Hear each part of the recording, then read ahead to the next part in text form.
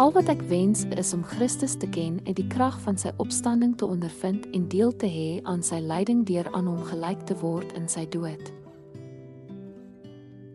Welkom by Geloofspad.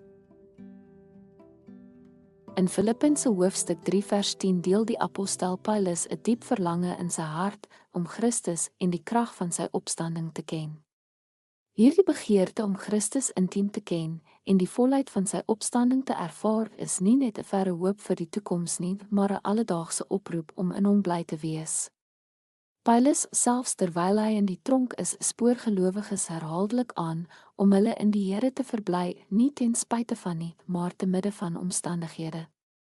Ten spyte van sy kettinge het sy vreugde onwrikbaar gebly, geanker in die ewige hoop van Christus. Paulus herinner ons daaraan dat blydskap in die Here nie omstandig is nie, dit oortref die probleme van hierdie wêreld. Hy daag die Filippense en ons uit om te fokus op wat werklik saak maak, die onwrikbare vreugde wat ons in Christus vind, nie in wêreldse besittings, prestasies of vlietende gemak nie. As gelowiges moet ons harte bly wees in Christus Jesus, nie in ons eie verdienste nie, maar in die geregtigheid wat hy vrylik gee.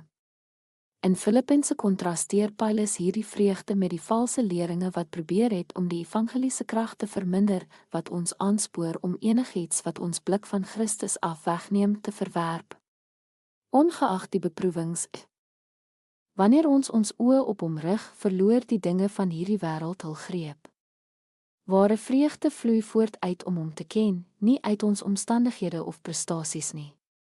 Dus, laat ons Paulus se woorde ter harte neem, wees bly in die Here en weer sê ek, wees bly.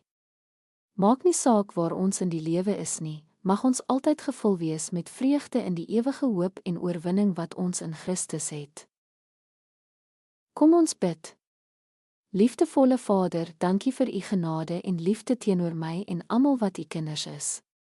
Mag ek my grootliks in u verheug, want u is my ewige hoop en my ewige blydskap. In Jesus se naam bid ek, amen.